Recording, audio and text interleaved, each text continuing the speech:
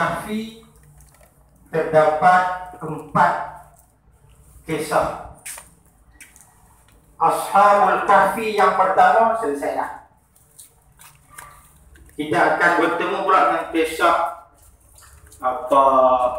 Sahibu Jannatain, tuan yang mempunyai 2 kebun.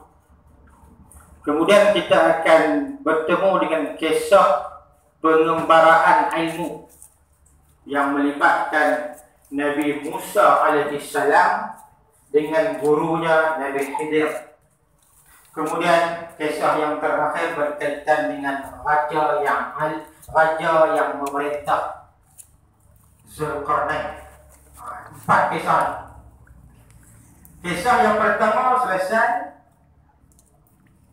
di mana penduduk kota Mekah antara percaya tak percaya. Kisah Ashabul Kahfi. Kisah ini telah diviralkan bagi luas di kota Mekah di permulaan dakwah Nabi sallallahu alaihi wasallam, yang menyebabkan penduduk kota Mekah bertanya-tanya, ada yang percaya, ada yang tak percaya. Tetapi secara umumnya penduduk kota Mekah ni dia kagum dengan kisah ni. Kisah pemuda yang melarikan diri untuk menyelamatkan akidah. Mereka duduk dalam gua, mereka tidur selama berapa tahun? 300 tahun mengikut kiraan bulan Syamsiah dan 309 tahun mengikut bulan Qamariyah. Tak kita baca kan? Ingat lagi? Saya pun lupa lah.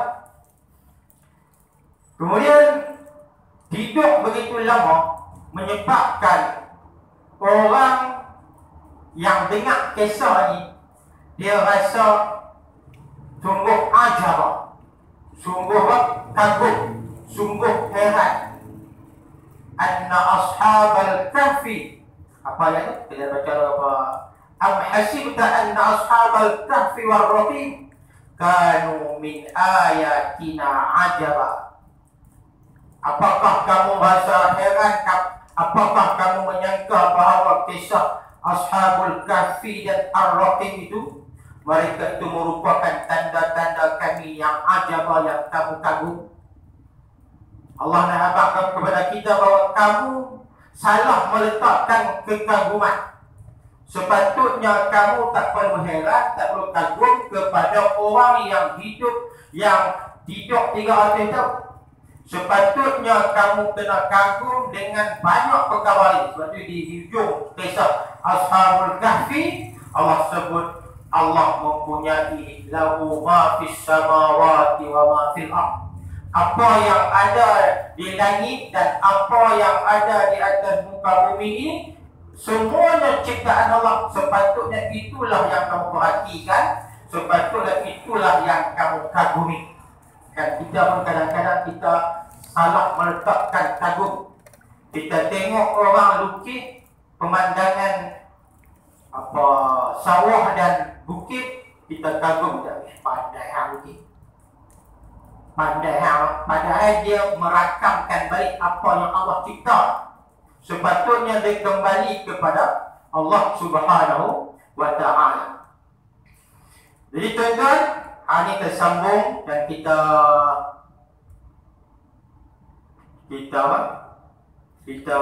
enjak balik.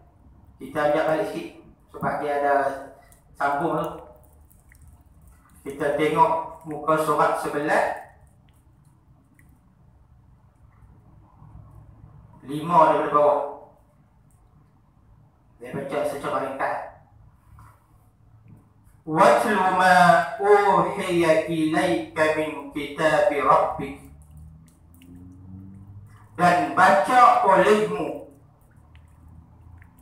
adalah Nabi Muhammad, dan setengah kitab terjemahan adalah ya Muhammad, dan bacalah olehmu ya Muhammad barang yang diwahyu kepada engkau, ya Muhammad.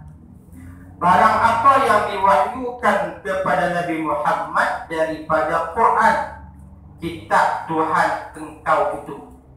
Tuan-tuan, Allah Subhanahu wa taala memerintahkan Nabi Muhammad dan juga umatnya untuk mendapat sesuatu jawapan daripada sesuatu pertanyaan, maka bacalah akan wahyu, yakni kitab Al-Quranul Karim yang diturunkan kepada Nabi sallallahu alaihi wasallam.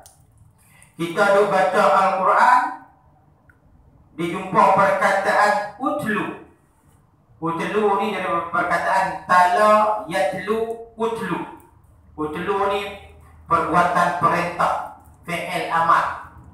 Ayat yang pertama diturunkan bunyi macam mana cikgu dia? Ayat yang pertama diturunkan. Iqra. Iqra dengan utlu ni maknanya sama, tetapi ada sedikit perbezaan maksud. Jadi kalau utlu ni perintah supaya baca yang sebenar-benar bacaan yang dalam bacaan itu diamalkan. Yang pertama, yang kedua disampaikan. Apa yang dibaca diamalkan, dan apa yang dibaca itu iblaghu ilan nas, sampaikan bacaan Al-Quran itu, wahyu Allah itu kepada sekalian manusia. Dia banyak lagi tuan-tuan perbezaan maksud di antara perkataan qara'a dan juga tala. Dan baca olehmu barang yang diwahyu kepada engkau ya Muhammad daripada Quran, kitab Tuhan engkau itu. Tuan-tuan, insya-Allah kita jadikan baca Al-Quran ini sebagai satu amalan harian kita. Kerana Al-Quran inilah yang akan memberi syafaat kepada orang yang membaca dan mengamal akan dia. Sebab apa kita kena baca, amal, sampaikan Al-Quran itu? Kerana la mubaddila li kalimatih, tiada ditukar bagi segala kalimatnya Allah, Quran itu, dan tiada diubah. Jadi sebab ayat-ayat Al-Quran itu siapa-siapa pun tidak boleh tukar, siapa-siapa pun tidak boleh ubah, siapa-siapa pun tidak boleh menyeleweng.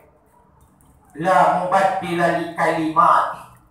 Jadi la, kita jumpa dalam Al-Quran, la banyak tempat. La makna apa tuan-tuan? Tidak kan? Okay. Tidak di sini memberi maksud yang tidak ada pengecualian. La yang tidak ada pengecualian.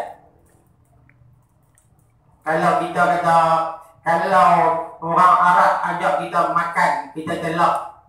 La tu, mungkin la lah tak lagi petang makan la. Tapi la di sini tiada sama sekali. Jadi maksudnya tiada sama sekali mubaddilah, orang yang boleh menukar, orang yang boleh mengganti, orang yang boleh menyeleweng kalimat Al-Quran. Jadi macam mana kita nak kenal la yang memberi maksud yang tidak ada pengecualian ini tuan-tuan? Tuan-tuan kena belajar bahasa Arab. Jadi yang pertama tuan-tuan, lama tak belajar, lama tak main kuliah, tengok bahasa Arab tuan-tuan, pening kepala tuan-tuan. La mubaddilah. Mubaddilah tu tuan-tuan, kalimat kata nama. Ikut kalimat kata nama. Macam mana kita nak kenal perkataan mubaddilah tu kata nama? Antara tanda dia bermula dengan huruf mim. Dia bermula dengan huruf mim. Dan la yang memberi maksud yang tidak ada pengecualian ini, kalimat sesudahnya itu akhirnya berbaris fathah, la mubaddilah. Kalau la mubaddilu, itu bukan dia. Ni la mubaddila. Ni saja masuk ya. Nak bagi contoh pening. Kan? Dia mengaji pening ni bagus.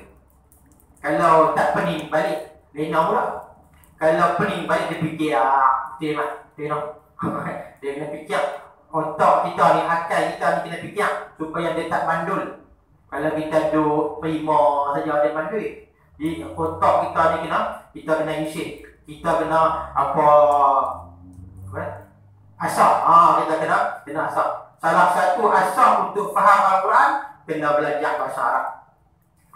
Jadi la mubaddila li kalimatih, tiada ditukar bagi segala kalimatnya Allah.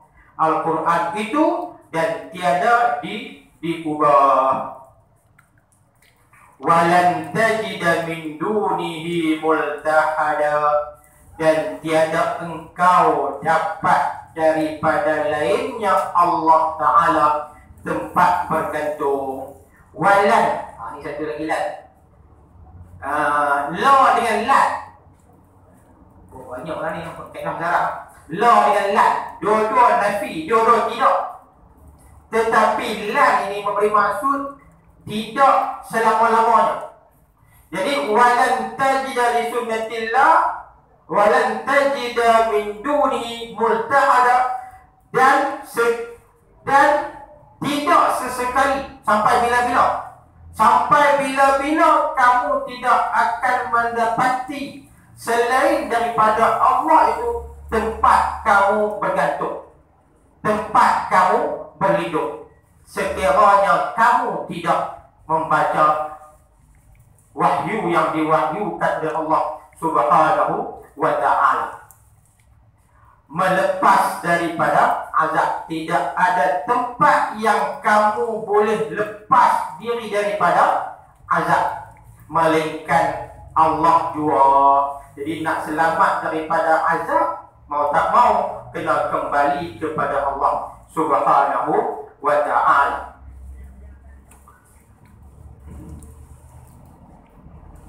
Itu ayat yang ke-27. Wasbir nafsaka ma'al ladzina yad'una rabbahum bil ghadati wal 'ashyi yuriduna wajha. Dan sabar olehmu ya Muhammad akan diri engkau serta segala mereka yang sembah mereka itu akan Tuhan mereka itu dengan pagi-pagi dan petang-petang. Jadi ayat ini Allah Subhanahu wa Ta'ala memerintahkan Nabi supaya isbir, sabarlah oleh kamu ya Muhammad bersama dengan orang-orang yang berdoa kepada Tuhan mereka bila tuan, pada waktu pagi dan juga pada waktu petang. Mereka berdoa itu, mereka beribadat itu, yuriduna wajha, mereka mengharapkan wajah ataupun mereka mengharapkan redha Allah Subhanahu wa Ta'ala. Ayat ini sebahagian ulama menyebut bahawa cara kamu nak memilih rakan, cara kamu nak memilih kawan ketika mana kamu nak melakukan sesuatu urusan, termasuk dalam soal pentadbiran ataupun disebut sekarang sebagai politik. Jadi cara nak pilih rakan adalah orang yang macam mana? Orang yang yad'una rabbahum, mereka sentiasa berdoa, bermunajat kepada Tuhan mereka pada waktu pagi ataupun pada waktu petang. Allah sebut pagi dan petang yang bermakna orang yang istiqamah. Pagi ke malam ke sepanjang masa mereka tetap mengharapkan kepada Allah Subhanahu wa Ta'ala. Menghendaki mereka itu akan wajah Allah, menghendaki mereka itu orang yang berdoa itu siang dan malam itu mengharapkan redha Allah. semata-mata dengan ibadat itu. Sekali lagi dia akan cerita sebab apa ayat ini diturunkan. Ibadat yang mereka ini lakukan daripada tahlil. Yang pertama tahlil. Kita ada faham tahlil tak? Kenduri. Kita faham tahlil kenduri. Tahlil ialah ungkapan la ilaha illallah. Sebab tu kalau buat tahlil kena la ilaha illallah tu banyak sikit. Dan tasbih subhanallah, dan tahmid puji Allah, alhamdulillah, dan sembahyang, puasa, zakat, sedekah semata-mata kerana Allah, tiada yang lain. Itu disebut sebahagian amalan yang dilakukan oleh orang yang yad'una rabbahum bil ghadati wal 'ashyi yuriduna wajha, dan kita pun sering lakukan, terutamanya sesudah mana kita mendirikan solat 33, tasbih 33, tahmid 33, takbir berakhir dengan la ilaha illallah wahdahu la syarika. Mereka itu orang yang yad'una rabbahum, mereka itu segala fuqara. Segala fuqara. Fuqara ini kalimat jamak pada fakir. Apa makna fakir? Fakir ini telah dimelayukan. Fakir miskin. Ramai orang fakir panggil fuqara.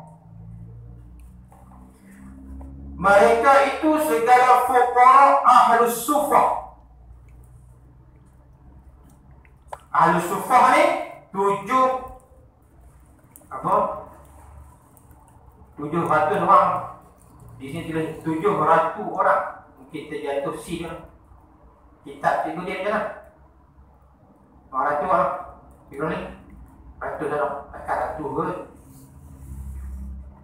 Ahlus sufah ni merujuk kepada sahabat-sahabat Nabi yang miskin, yang mereka ni duduk di beranda masjid ataupun di kaki 5 Masjid Nabawi. Dan Nabi izinkan mereka duduk situ kerana mereka ini baru masuk Islam dan mereka tidak ada pendapatan.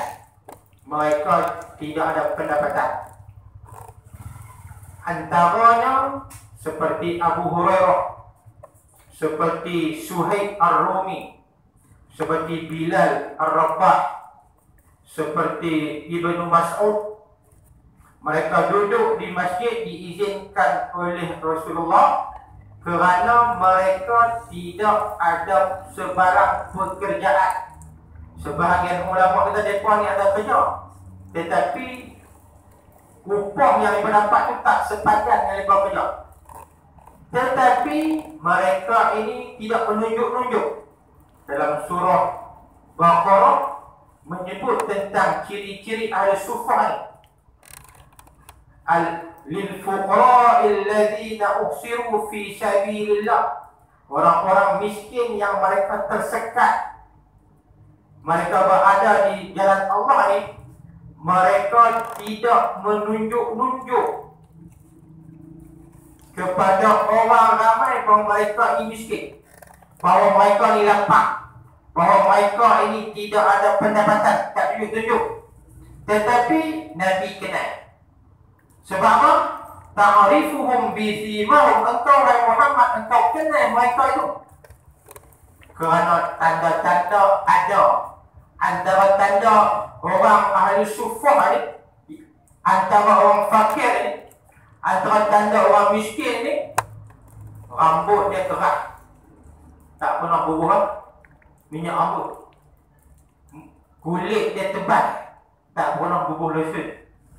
Itu tanda-tanda. Baju dia hatu hari-hari, baju selai dia tak pernah pegang. Orang yang macam ni Ahli Sufah ni, mereka miskin tetapi mereka tidak menampakkan kemiskinan itu dengan tidak meminta kepada orang lain. Jadi Ahli Sufah ni ramai di peringkat permulaan, dan kata sebahagian ulama, Ahli Sufah inilah asal usul tarikat Sufi. Tarikat Sufi, orang-orang Sufi tu dia main daripada Ahli Sufah. Dan Ahli Sufah ini disebabkan mereka tak ada kerja, mereka berpeluang untuk mendapat ilmu terus daripada Nabi, dan mereka menyampaikan kepada orang sahabat-sahabat yang lain. Di antaranya yang alim, yang banyak meriwayat hadis adalah Abdullah ibn Mas'ud yang sering. Sebab tu kita baca hadis, 2-3 orang yang meriwayatkan hadis di para sahabat, dia terlalu banyak.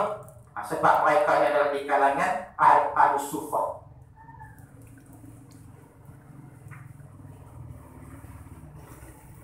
Mereka itu segala fuqara Ahli Sufah, 700 orang, duduk di masjid Nabi SAW.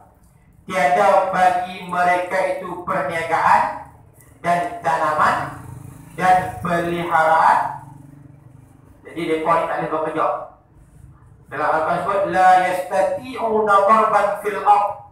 Mereka tidak mampu untuk menjalankan sebarang pekerjaan di muka bumi. Mereka tak mampu menjalankan perniagaan, mereka tak mampu menanam tanaman, mereka tidak ada sebarang mereka tidak ada binatang ternakan. Apa kerja mereka? Hanya lepas sembahyang nanti sembahyang. Lepas sembahyang tunggu masuk waktu akan datang. Lepas zuhur tunggu asar, lepas asar tunggu maghrib, begitulah seterusnya.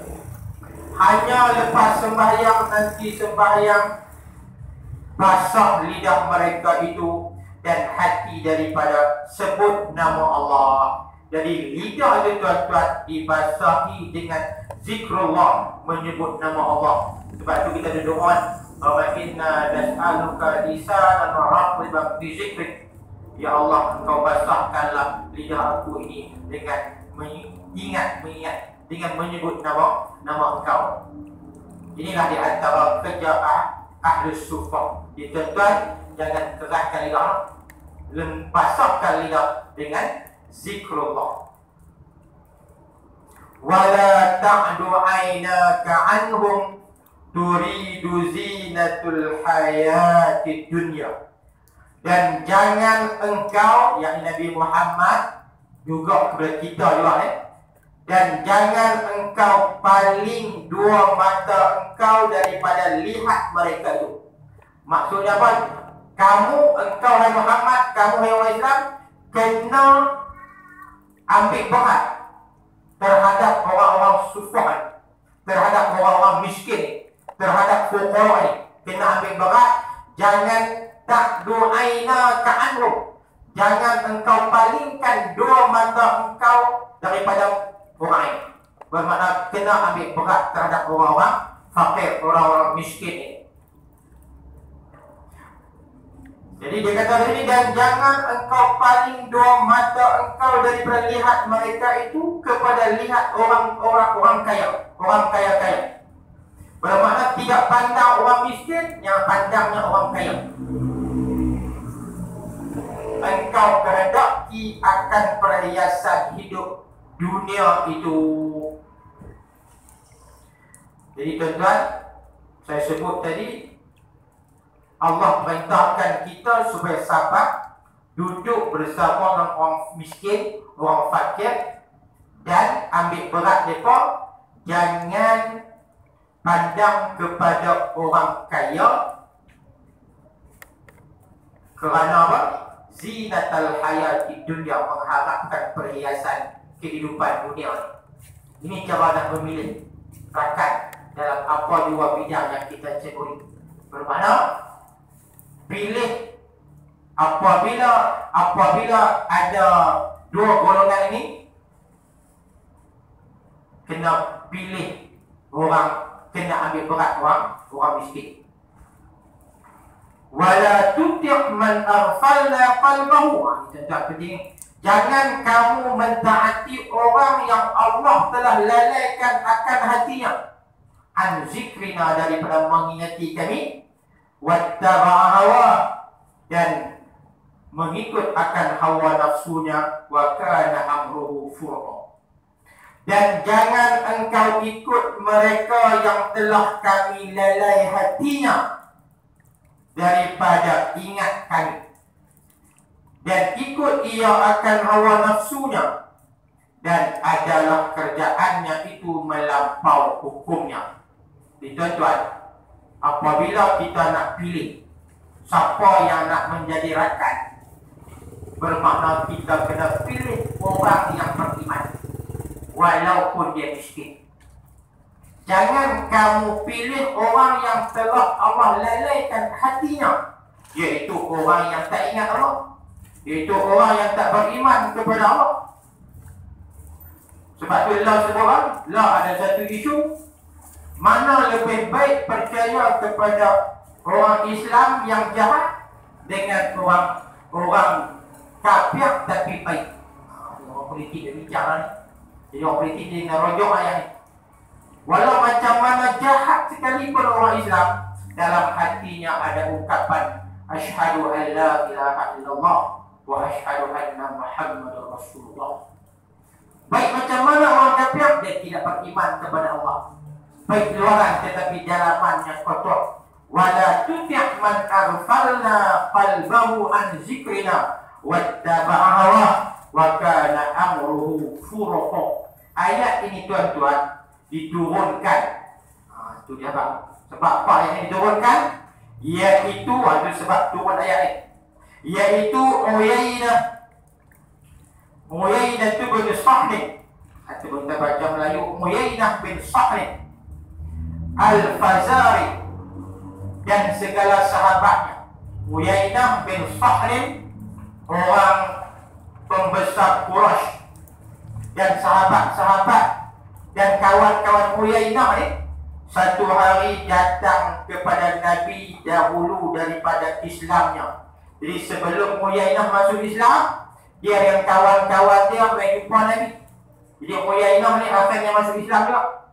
Sebelum dia masuk Islam dengan kawan dia berjumpa Nabi, dan pada sisi Nabi itu terdapat fuqara ahli sufah, orang-orang miskin di kalangan ahli sufah. Jadi orang miskin ahli sufah ni dengan pakaian yang kena peluh, berbau. Dahlah peluh busuk pula tuan-tuan. Peluh wangi ke peluh? Peluh wangi nanti syurga. Lah di dunia ni macam mana pun dia masak, kan? Kan ada peluh wangi. Ada orang pernah jumpa peluh wangi? Tak pernah wangi? Nanti masuk syurga ni dia wangi. Jadi ahli sufah ni berpeluh, berpakaian yang kena peluh, berbau. Maka kata Uyainah, kami orang besar-besar Mudar. Kami ini daripada kabilah Mudar, salah satu daripada kabilah dalam bangsa Quraisy. Jika kami masuk Islam, kata Uyainah kepada Nabi, jika kami Islam, nescaya Islam manusia. Kalau kami masuk Islam, kami ni pembesar kabilah masuk Islam ni, bermakna ramai di kalangan kami ni akan ikut kami masuk Islam. Tiada menegah Islam kami melainkan busuk mereka itu. Jadi kami ini nak masuk Islam, tidak ada yang boleh menghalang kami masuk Islam melainkan mereka tu yang duduk engkau dan Muhammad tu, mereka tu busuk. Sebab busuk itulah yang menghalang kami daripada masuk Islam. Kata Uyainah. Waktu itu dia belum lagi Islam. Jauh mereka itu daripada engkau. Jadi dia aman Nabi. Muhammad, engkau jauhkan mereka itu daripada engkau. Jauh mereka itu daripada engkau, kami ikut engkau. Kalau engkau hambat mereka itu hijau, kami akan masuk Islam. Atau kami satu majlis, mereka satu majlis. Ataupun hai Muhammad, engkau buat kami satu majlis, dan mereka tu orang-orang miskin tu, ahli sufah tu buat majlis yang jauh sikit. Maka cenderung Nabi kalau perkataan itu, Nabi nampak ke arah nak mengikut apa yang disebut oleh Uyainah. Sebab apa? Kerana gemar pada Islam mereka itu. Kerana Nabi mengharapkan Uyainah dan orang-orang sahabat-sahabat dia masuk Islam. Tetapi Nabi tak buat lagi dalam riwayat yang lain. Dalam riwayat yang lain, Nabi terdiam dan memikirkan. Ketika fikir itulah turunnya ayat ini. Sabarlah engkau Muhammad, kamu bersamalah orang-orang yang berdoa kepada Allah, iaitu ahli sufah. Jangan kamu mentaati orang yang lalai ini, Uyainah dan juga orang-orang yang tak beriman. Kerana gemar pada Islam mereka itu dan datang firman, maka turunlah firman tadi, wala tuti', jangan engkau ikut perkataan itu. Jangan engkau ikut perkataan Uyainah itu ya Muhammad. Begitu, jangan kamu ikut arahan orang-orang yang tak beriman. Dan sungguh telah Islam Uyainah itu. Dan akhirnya Uyainah pun masuk Islam. Dan baik Islamnya. Dia masuk Islam, baik Islamnya, dia belajar, dia beramal, dia benar-benar Islam. Disebab turunnya ayat ini adalah berkaitan dengan Uyainah yang memperlekehkan Ahlus Suffah. Tuan-tuan, apabila turunnya ayat ini, wala tuti' man aghfalna, bermula dengan isbir nafsaka ma'al ladzi la yad'una rabbahum bil ghadati wal 'ashyi yuriduna wajha. Apabila turunnya ayat ini, Nabi sallallahu alaihi wasallam keluar daripada rumahnya, bertemu dengan orang-orang yang duduk di dalam majlis ilmu, dan orang-orang ini adalah orang-orang yang miskin. Maka Nabi kata, alhamdulillahilladzi ja'ala fi ummati man amarnillah an asbira nafsi ma'u.